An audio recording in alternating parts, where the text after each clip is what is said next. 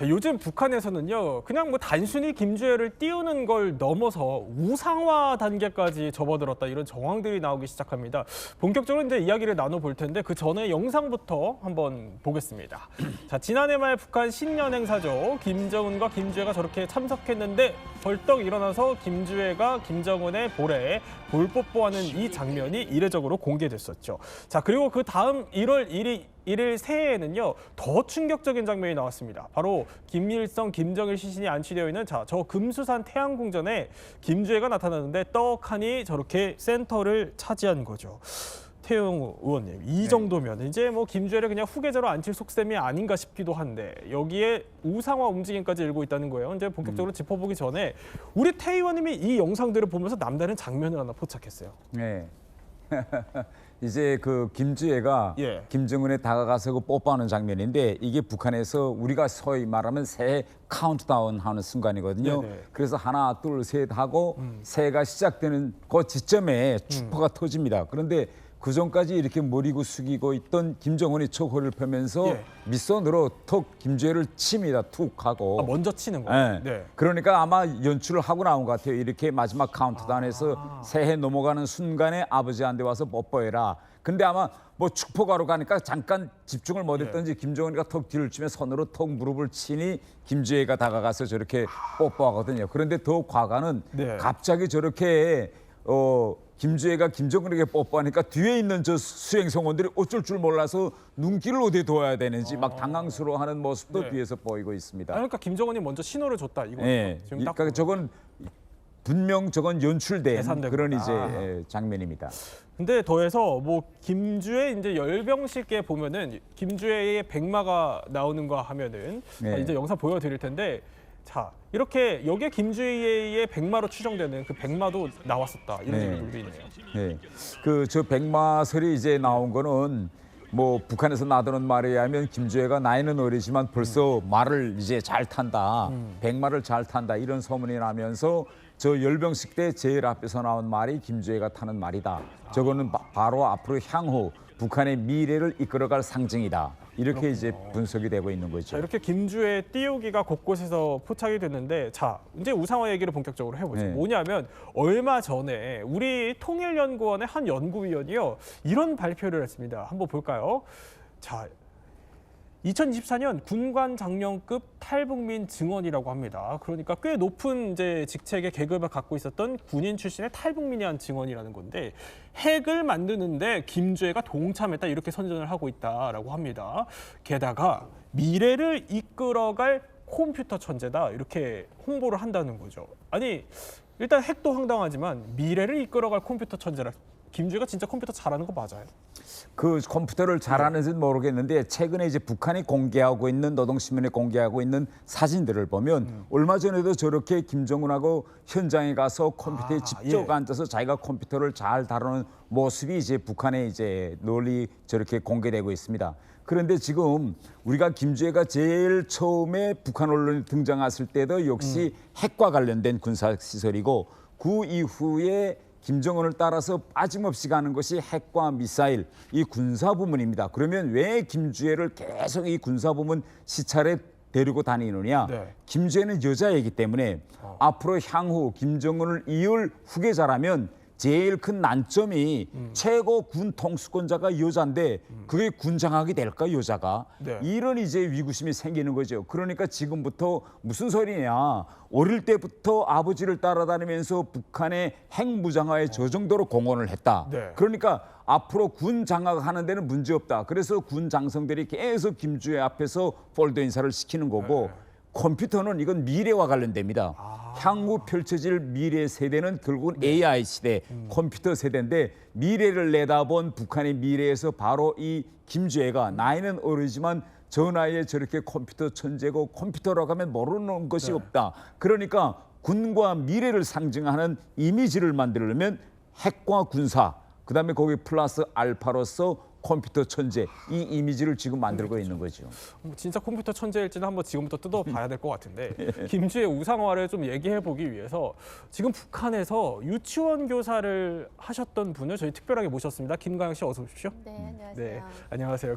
일단 아니 뭐 컴퓨터 얘기를 조금만 더 해보면 김주애가 뭐 특별하게 컴퓨터 속성고와의 뭐 이런 거 받았을 수 있겠지만 어떻게 들으셨어요? 이제 유치원 교사도 해보셨으니까. 네, 북한은 워낙 어릴 때부터 조기 교육을 시키고 있고 또 네. 천재발굴을 하고 있지만 13살 김주혜한테 우상화를 할 수 있는 게 솔직히 말해서 할 만한 게 없단 말이죠. 그러면 할 만한 게 없죠. 좀 여자아이고 또 할 수 있는 게 없는데 지금 핵 미사일에 뭔가 꼭 필요한 컴퓨터를 잘하는 천재다라고 내세우기에는 아주 중요하고 또 중요 포인트가 되기 때문에 저는 컴퓨터 천재를 넣지 않았을까. 저것 또한 짜고 친 고스톱이다라고 얘기하고 싶습니다.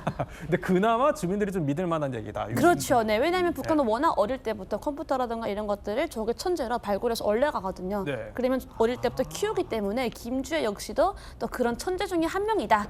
뭐 이렇게 특출한 인물이다라고 홍보를 하는 거죠. 그런데 이 지금 우상화 작업 얘기를 하다 보니까 어딘가 좀 익숙합니다. 뭐냐면 아버지 김정은 때로 거슬러 올라가면 지금은 좀 그래도 컴퓨터 천재는 믿을 만한 걸로 했다는 거예요. 아버지 때는 어땠나요? 아버지 때는 더 심했죠. 사실은 뭐 우상화가 아니라 거의 신격화하는 작업을 굉장히 오랫동안 해왔는데요. 네. 김정은의 이 어렸을 때를 조금 뭐 그들의 보도에 따르면 뭐 한번 되짚어 보면요. 3살 때 일단 총을 쏘기 시작합니다. 3살 때? 네, 그리고 자동차 운전을 벌써 3살 때 이미 시작을 해요. 네. 자, 그리고 6살 때는 승마를 시작을 하고요. 9살 때는 뭐 유럽에 갔는데 거기에 그 유럽의 그 보트 전문가가 있었대요. 네. 근데 보트 전문가가 약간 조금 원하는 걸 안 해주니까 네. 김정은이 스스로 9살 때 보트를 몰아서 유럽의 보트 전문가를 이겼다. 9살 때? 9살 때요. 네. 근데 9살이 보트를 운전하는 게 예. 맞나 이런 생각이 좀 들기도 아니, 하는데. 페달에 다리가 닿아요? 9살 때? 그것도 좀 궁금하긴 한데. 그렇죠. 그리고 또 유학 다녀왔잖아요. 예. 유학 시절에 영어, 독일어, 프랑스어, 이탈리아어를 완벽하게 깨달았다라고 하는데 요즘 보면 통역을 쓰고 있거든요. 예, 뭐 그런 상황입니다. 그렇군요. 아니 뭐 9살 때는 생각해보니까 할 수도 있겠다는 생각이 들긴 하는데 3살 때 운전하는 거는 이게 페달이 안 닿을 것 같다 이런 생각이 들거든요. 태우. 네. 저건 내 생각에는 아니 그 어린 나이에 발에 페달이 닿겠습니까? 아마 아버지 무릎에 앉아서 차를 몰고 그걸 가지고 직접 몰았다. 뭐 이렇게 우상화 작업에 활용하고 있지 않는지. 그런데 우리 태 의원님이 이제 아무래도 북한에서 또 고위직을 계셨다 보니까 김정은 띄우기, 이른바 이 우상화 작업 같은 거에 같이 좀 동참을 하셨어야 될 것 같거든요. 이거 관련된 일화가 있으시다면서요? 예. 이 안과 병원과 관련한 이야기인데 네. 북한에서 뭐 여러 이제 의료 계통이 다 낙후하지만 제일 낙후한 분야 하나가 이게 눈 안과입니다. 어느 정도 낙후한가면 네. 북한의 백내장 수술을 도와주려 네팔 의사들이 갑니다. 네팔 의사들이 가서 백내장 수술을 하는 정도예요. 그런데 하루 제가 런던에 있는데 비밀 지시가 내려옵니다. 3층 소기실에서 네. 영국에서 제일 좋은 안과 병원의 설계, 그다음에 그 병원에 안경 상점이 있는지, 예. 그다음에 안경 상점을 어느 정도 규모로 하고 있는지, 바닥은 어떻게 하는지 구체적인 질문지가 다 와서 네. 제가 그때 생각한 게 이제 북한이 지원 네팔 같은 나라에서 의사들을 데려다가 백내장 수술을 시키니 저 안과병원을 어떻게 해보려는가 보다 이렇게 생각하고 영국 런던에 무어필즈 아이 호스피털이라는 세계적인 안과 병원이 있어요. 네. 그래 그 병원에 가서 설계로부터 시작해서 내부 걸 다 보냈습니다. 보냈고 여러 가지 또 질문이 계속 와요. 근데 그런가 보다 하고 지나갔는데 그로부터 몇 달 후인 2016년 5월에 김정은이 평양시 안과병원 건설 현장에 갑니다. 거기 가서 여러 이야기들 하는데 제가 그 이야기들 듣고 깜짝 놀랐어요. 어떤 이야기인가 하면 현장에 가서 북한 언론이 보도한다면 설계도를 보면 공사 현장에 가서 아니 안과병원에 왜 문턱이 있느냐. 눈이 나쁜 시력이 나쁜 사람들이 안과병원에 오면 네. 문턱이 있으면 사람이 걸려 넘어지고 안과병원에서는 휠체어를 많이 사용하는데 휠체어가 이거 어떻게 가냐니까 문턱 다 없이요. 이게 사실이거든요. 실제 네. 없어요. 영국은 문턱에. 그다음에 다음 하나는 안과병원의 상징이 눈이냐 동공이냐 이건데 네. 김정은이가 입구에 들어가면서 설계를 이렇게 하지 말라. 병원 상징 십자가를 옮기고 입구에다가 눈을 상징하는 동공을 요라. 뭐 이런 이야기. 그다음에 눈 시력하는 데 가서 이제 시력 그 테스트 종이를 꺼냅니다. 네네. 그걸 보고 북한 사람들도 평양 류경 안과병원에서 받은 시력 테스트지를 가지고 네. 외국에 가서 그대로 주면 돈을 내지 않고 그거 가지고 눈을 제작할 수 있게 국제적인 규격대로 시력 테스트지를 뽑아라. 뭐 이런 이야기를 다 안 되는데 제가 그 이야기를 보면서 이렇게 사전에 자료들을 수집해서 자기가 공부하고 아니 태연님이 지시 줄 거 있으면 네. 사람들 부르다 사무실에서 지시 주면 되지 현장에 나가서 금방 그걸 보고 자기가 알아차린 것처럼 지시 주니까 밑에 사람들이 입을 이렇게 벌리는 거죠. 와 이거 뭐 안과 대단하다. 병까지 이렇게 다 하나. 그러니까 태희 의원님이 결국에 연구에서 다 수집해온 첩보를 바탕으로 그냥 준 자료인데.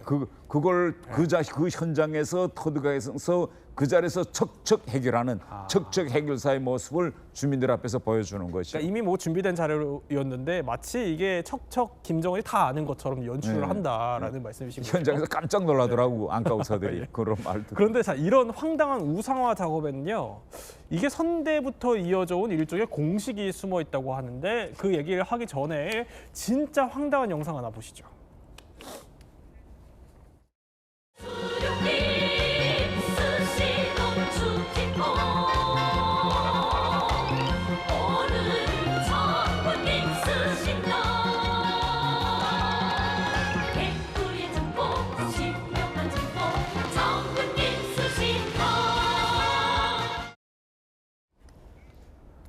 이용재 평론가, 축지법이요? 전우치인가요? 네, 축지법을 쓸 수 있다라는 썰이 우리나라에서도 있었습니다.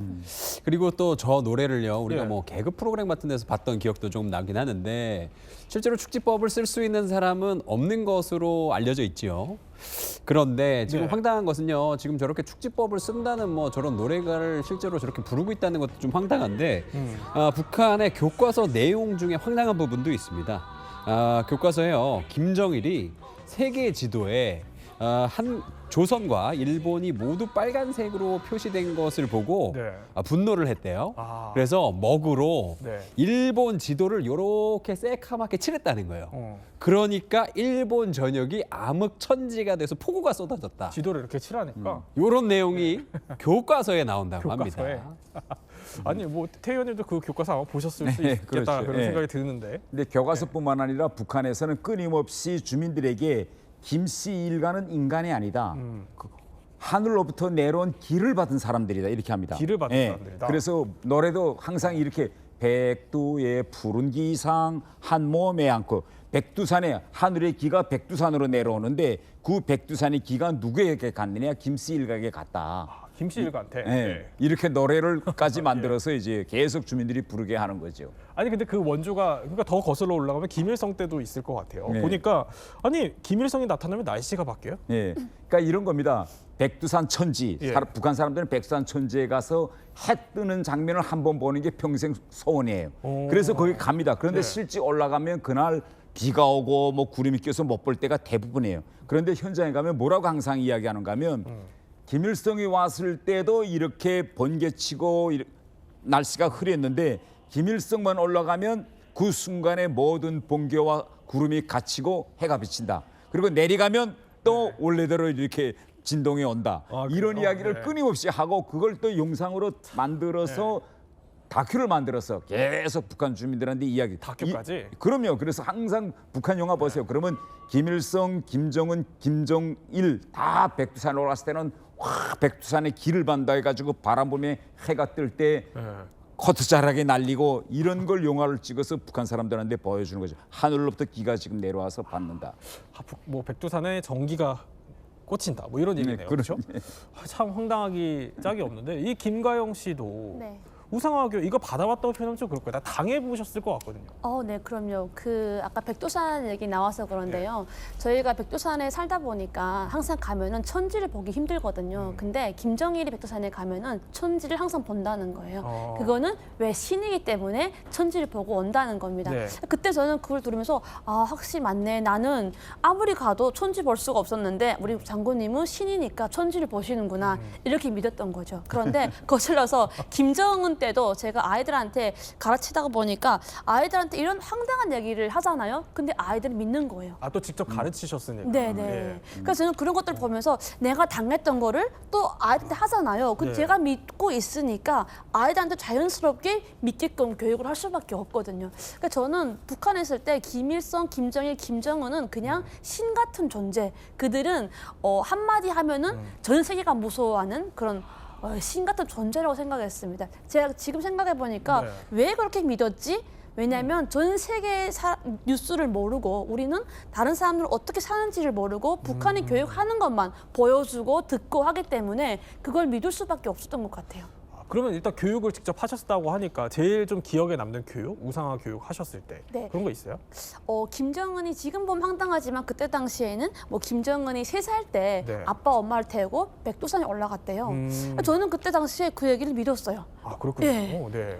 근데 지금 보면 되게 황당하죠. 그러니까. 또 그리고 7살 때 사격을 했다고 합니다. 근데 그것도 지금 생각하면 황당하지만 그때는 그걸 믿었어요. 왜? 신이니까. 김일성이 다시 태어난 그런 뭐 자손 같은 존재라고 생각했어요. 그럼 언제 저게 거짓말인 거야? 그게? 저는 공개 처형이라던가 아니면 제가 성인이 되었을 때 한국 라디오를 제가 한 2년 동안 들었거든요. 그러면서 이게 뭐지? 내가 배웠던 내용이랑 많이 다르구나를 그때 처음 느꼈습니다. 그래서 이게 네. 외부 정보를 내가 듣고 세뇌가 깨야만이 그 북한의 우상화가 거짓이라는 것을 알게 되는 순간인 것 같아요. 태 의원님도 이제 나중에 알게 되셨을 것 같아요. 태 의원님도. 네. 저는 이제 해외에서 네. 첫 외교관 생활을 덴마크에서 했거든요. 네. 그런데 덴마크에 가서 제일 먼저 제가 제일 알고 싶었던 부분이 뭔가 하면 북한에서 올 때에는 북한이 세계에서 유일한 무상치료, 돈 무료 무상치료, 무료 교육 뭐 이런 나라다 했는데 덴마크에 가보니까 애들이 공립학교 갈 때 돈 안 내요. 또 병원에 갈 때 국가 의료보험제에서 돈을 안 냅니다. 이게 어떻게 가능할까? 경제학적으로. 그러니까요. 그래서 들여다보니까 그다음에 제가 안 돼요 하면 북한에서는 대학에서 정치 경제학을 배워줄 때 아담 스미스까지만 배워줍니다. 그 이후에 케인즈 이론이 생겨나서 세금을 통해서 자본주의 국가에서도 복지 시스템을 만들 수 있다. 이걸 절대 안 가르치거든요. 그래서 제가 이걸 느끼면서 이 자본주의 국가는 결국은 부익부 빈익빈 길거리에는 맨 거지가 넘치는 나라로 알았는데 그게 전혀 아니고 거기에 가서 인터넷을 통해서 한국이 얼마나 잘 사는지 하는 걸 이제 알게 되었죠. 그걸 나중에 이제 해외 근무하시면서 알게 된 거죠. 예.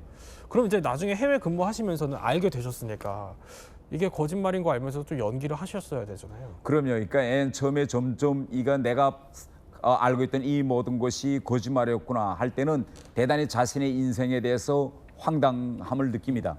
우리가 일반적으로 사람들은 사람이 진리를 알게 되면 대단히 자유로워진다 이렇게 생각하는데 사람이 진리를 알게 되면 제 느낌은 자유로워지는 게 아니라 제 자신이 무너지더라고. 내가 이렇게 속여서 지금까지 이 나이 때까지 살아왔구나라고 생각하네. 자, 이렇게 또 진솔한 얘기까지 저희 들어봤는데 사실 우리 입장에서야 저렇게 황당한 이야기를 누가 믿겠냐 싶겠지만 김가영 씨 말대로 워낙 폐쇄적인 북한에서는 이게 외부 정보의 유입 자체가 없다 보니까 믿게 된다는 겁니다. 게다가 철저한 세뇌 교육 때문에 더 믿을 수 있게 된다고 하는데 북한의 우상화 공식 저희 한번 준비해봤습니다. 첫 번째 북한의 우상화 공식 이겁니다. 조기 교육, 그러니까 이른바 어린 나이 때부터 조기 교육을 당한다는 겁니다. 일단 한번 영상으로 확인해 볼까요?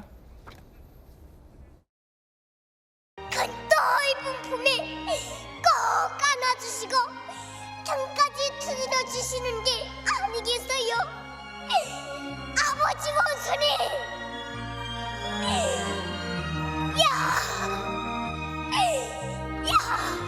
호방반은 망감사 대인간 감사 성우님 사랑 속에 풍년 들었죠. 네가 바라는 곳이 요리라면은 소환을 돌들여 따라주셔요. 아니 도대체 어떻게 가르치길래 저렇게 어린아이들이 저러는 겁니까? 진짜 예. 피도 눈물도 없이 가르칩니다. 왜냐하면요. 일단은 저는 이런 얘기 하거든요. 우리는 태교를 하면은 클래식 듣지 않습니까? 근데 네네. 북한은 엄마 뱃속에 있을 때부터 우상화 교육을 들어요. 에? 왜냐면요, 어머니가 네. 그 듣는 노래가 북한에서 선전하는 노래를 듣고 있지 않습니까? 그럼 네. 배 안에 있을 때부터 저는 그걸 태교를 한다고 생각이 들고요. 태교부터? 네, 그리고 0살, 3살부터 타가소를 갑니다. 우리를 말하면 어린이집이거든요. 그러면 그 어린이집 들어가는 딱 정문에 김일성과 김정일의 초상화가 있어요. 대형 초상화. 거기에 제일 먼저 깨끗한 옷차림으로 인사를 해야 돼요. 그렇게 시작된 우상화 교육이 죽을 때까지 하지 않습니까? 그러다 보니 가능하고요. 또 지금 아이들 보면은 막 시를 울면서 막 울어요.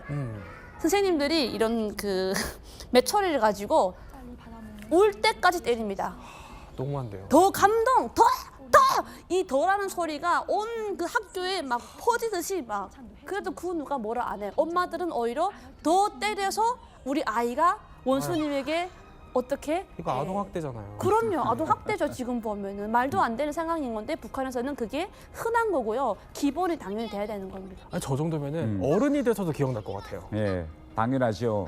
아, 제가 지금 나이 지금 이제 60대가 지났는데 지금도 어릴 때 이제 태교님도? 유치원에 가면 예. 유치원에 가면 유치원 하루 생활을 어떻게 시작하는가 하면 교실에 들어가요. 그러면 아직도 생생하시군요. 교실에 들어가면 안에 아빠 엄마가 직장 가느라고 애들 유치원에다 두고 가니까 예. 보이면 싸우잖아. 그럼 선생님이 들어와서 하루 일과 시작을 김일성의 초상화가 붙어 있어요. 그러면 먼저 원수님한테 인사하고 시작하겠습니다 하고 딱 줄 서서 웃어야 돼요. 웃으면서 원수님의 사진은 언제 봐도 기뻐요. 우리들이 어느 때나 보고 싶은 원수님. 이걸 춤을 추면서 해야 돼요. 무조건 하고 하루 생각. 근데 이게 아이 때부터 계속 하다 보니까 어른이 돼서도 김일성, 김정일에 대한 찬양과 불로하면 이게 스스럼 없이 입에서 나오는 거죠. 아이 때부터 계속 그렇게 교육을 시키니까. 우리 김가영 씨도 옆에서 따라 부르실 정도로 네, 생생하게 기억이 너무 나는 거의 거죠? 자산가 같습니다. 이게 근데 원수님은요 손가락에도 안 되고 꼭 두 손으로 이렇게 원수님의 이렇게 딱 두 손으로 존중히 모셔야 돼요. 두 손을 이렇게? 네, 무조건 두 손으로 이렇게 모셔야 되고요. 한 손만 해도 그거는 거의 뭐 3대가 큰일 납니다.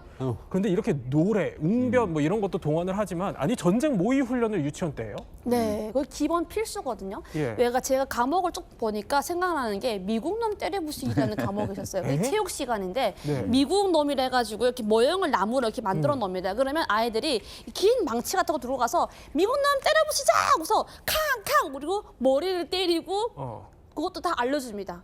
어디를 때리고 심장은 어디를 어디에 할지. 있고 네 이렇게 해가지고 이런 것들이 흔한 그냥 유치원 체육 생활 수업에 있습니다. 그렇군요. 자, 저렇게 미국 사람 때리기 놀이까지 시킨다는 겁니다. 자, 그러면 두 번째 우상화 공식 한번 살펴보도록 하죠.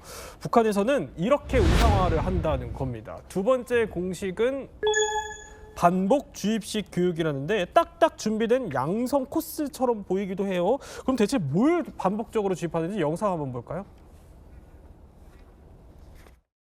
주동맥 생활총화를 시작하겠습니다. 몸이 아프다는 이유로 아침 독보 시간에 3번이나 빠졌습니다. 피해를 주게 되었습니다. 동순동무는 수성주의 날라리 풍에 물젖어 가지고 머리를 너무 길게 하고 다니고 있습니다. 그게 머리입니까 가발입니까?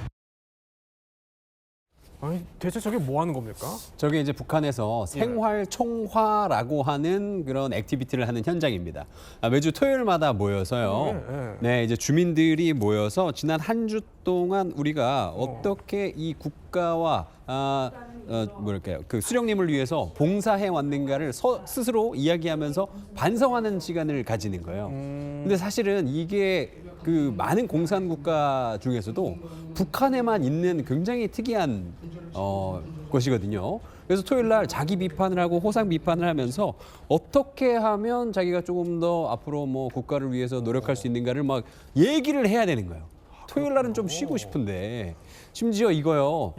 그 움직이지 못하시는 분 빼고는 전부 다 참석을 해야 된다고 합니다. 아니, 전부 다 참석해야 된다 그러면 이게 혹시 뭐 북한 밖에서도 해야 되는 거예요? 당연하죠. 네. 해외에 있을 때도 북한은 이제 북한 사람이 3명 이상 모이면 생활총화를 해야 됩니다. 3명 이상 모이면. 그러니까 대사관 같은 데서도 이제 생활총화를 하는데 토요일 아침 9시면 온 그 나라에 가 있는 사람들은 대사관에 다 들어와서 생활총화를 이제 직접 해야 되고 뭐 대사관에서 생활총화하는 건 아무것도 아닙니다. 보시다시피 우크라이나 전장에 나간 북한 군도 전투하다 실참에 생활총화를 해야 돼요. 저게 북한군 장교가 죽은 북한군 장교의 몸에서 나온 생활총화 기록부인데 네. 저게 보면 저렇게 전쟁 중에도 생활총화를 아유. 빠짐없이 행고할 뿐만 아니라 저렇게 구체적으로 다 기록에 남겨야 됩니다. 아유. 아니 이 정도면 생활총화를 하는 게 아까 상호 비판? 그러니까 서로를 비판해야 된다는 거잖아요. 네. 친구끼리 의리도 틀어질 것 같은데요. 초등학교 3학년부터 예. 시키거든요. 그 친구들끼리 처음에는 막 우는 아이도 있습니다. 왜냐면 어린아이인데 대중적으로 비판을 하면 울 수밖에 없거든요. 그러면 왕따가 되고요. 그래서 저는 이걸 나라가 아예 대놓고 한 아이를 왕따시키는 거는 나라가 주장하고 있다고 생각이 들어요. 그러니까 친구들 사이가 나빠지고 틀어지는 건 당연한 거고요. 네. 그리고 그 아이는 서서히 왕따가 되고 말썽꾸러기가 됩니다. 저는 그거를 나라가 조작하는 거죠. 그러니까 나라가 어떻게 보면은 친구들 사이를 틀어놓고 왕따를 그렇죠. 조장하는 거다라는 평가까지 주셨는데 그럼 세 번째 우상화 공식도 한번 살펴보도록 하죠. 세 번째는 이런 식으로 우상화 작업이 들어간다고 합니다. 자, 보면은 대체 불가능한 존재로 각인하라라는 건데 이것도 일단 영상으로 한번 확인을 해 보도록 하겠습니다. 자, 이제 대체 불가능한 존재처럼 일종의 어떻게 뭐 각인을 계속 시킨다는 거예요. 저희가 영상을 하나 준비했는데 보도록 하죠. 자, 이렇게 북한의 식량 배급 현장입니다. 주민들이 배급을 받으면서 거의 오열에 가까운 듯 눈물을 흘리고 있는데 아니 그러니까 뭐 북한의 김정은이 의식주를 다 챙겨주는 것처럼 일종의 그러니까 유일무이한 삶의 존재, 내 삶을 지탱해 주는 존재 이렇게까지 우상화를 시킨다는 거거든요. 이게 자발적 감정입니까? 절반은 저 자발적이고 절반은 이제 가짜지요. 왜냐하면 이 북한의 배급제가 붕괴된 지는 대단히 오래입니다. 그런데 돈 있고 힘 있는 사람들은 국가로부터 배급을 주지 않아도 먹고 살겠지만 정말 평백성들은 배급소에 쌀이 없으면 굶거든요. 네. 이럴 때 김정은이가 쌀을 내려보내서 이제 방금처럼 논아준다 하면 너무 반갑고 그래도 몇 개는 편히 먹을 수 있겠구나 하는 그런 안도감에서 저절로 모르는 사이 눈물이 나오고 저렇게 카메라가 돌아와서 돌아갈 때는 북한 사람들은 저 앞에서 무조건 눈물을 흘려야 되는 거죠. 이렇게 쌀을 다 우리한테 주고 먹을 수 있게 구원해 주셨구나라고. 정말 우리 같은 경우에는 황당하기 그지없습니다. 아니 그러면 장마당 세대 같은 경우는 눈물이 안 나는데 눈물이 나는 척 해야 되는 그런 상황에 놓일 수도 있겠네요. 제가 제일 힘들었던 게요. 김정일이 죽었을 때였습니다. 그래요? 김정일이 죽었을 때 저희 그 부모님 세대들은 진심을 울었지만요. 저는 장마 세대라서 그런지 모르겠는데 눈물이 안 나는 거예요. 근데 저도 왜 눈물 안 나는지 모르겠어요. 근데 진짜 눈물이 안 나는데 네. 우는 척을 해야 되는데 이게 그냥 우는 척 해서 되지는 않아요. 그러다 보니까 주변에서 막 누가 울면은 저도 막 꼬집으면서 눈물 흘렸습니다. 억지로. 그런데 근데 이게 또 웃긴 게 애도 기간이 3일이 아니라 네. 국가 애도 기간이라 해가지고요. 시간이 길어요. 7일 되는데 그 7일 동안 우는 척 해야 되고 슬픈 척 하는 게 정말 괴로웠어요. 그랬군요. 네, 근데 제가 보기에는 주변에 같은 세대들은 다 비슷하게 덜 우는 척 하는 것 같더라고요. 그런데 이렇게 우상화 작업이 이제 더는 안 먹힌다고 생각을 한 걸까요? 북한도 좀 달라지는 게 있습니다. 바로 앞서 잠깐 봤던 축지법 얘기인데 축지법 못 쓴다 양심 고백했어요. 네, 맞습니다. 아니, 말이 좀 웃긴데요. 2020년 5월 이 노동신문에 나왔던 기사입니다. 그 기사 내용을 보면요. 만일 축지법이 있다면 그것은 인민대중의 축지법일 것이다 라고 써 있었는데 사실상 이 축지법이란 것을 할 수는 없었고 선대가 했던 이 우상화는 좀 과장이 심했는데 지금부터 우리가 이야기하는 건 조금 이제 진짜일 것이다 라고 좀 이 밑밥을 까는 듯한 이런 기사를 좀 내보냈습니다. 그렇군요. 그러니까 이제부터는 좀 진짜일 수도 있다라는 이 얘기인즉슨 김주애를 두고 이제 핵 건설에 동참한 컴퓨터 천재다 이렇게 얘기를 하는 거예요. 이건 먹힐까요? 글쎄요, 어느 정도 먹힐지는 저건 좀 약간 먹힐 것 같아요. 왜냐하면 북한의 대부분 이제 저 김주애 연령대 애들은 인터넷을 다룰 줄 모릅니다. 인터넷도 없고 북한에는. 네. 그런데 김주애는 집에도 아마 인터넷이 다 있을 겁니다. 그러다 나니 컴퓨터와 관련한 세상 돌아가는 형편은 잘 알 거고 제가 런던에서 김정은의 친형 김정철을 같이 이제 생활해 보니 컴퓨터 진짜 잘합니다. 그래요? 잘해요? 네. 컴퓨터 잘하고 뭐 이메일 잘 보내고 뭐 이거 진짜 잘해요, 실제. 그러니까 김주애가 처한 저런 환경에서 같은 동년배들에 비하면 당연히 잘할 수밖에 없죠. 매일 인터넷 만지는데. 네, 또 김주애가 진짜 컴퓨터 잘하는지는 김정은만이 알 것 같다는 생각이 들기도 합니다. 세 분과 함께 북한의 우상화 공식에 대해서 몰랐던 이야기 저희 한번 살펴봤습니다.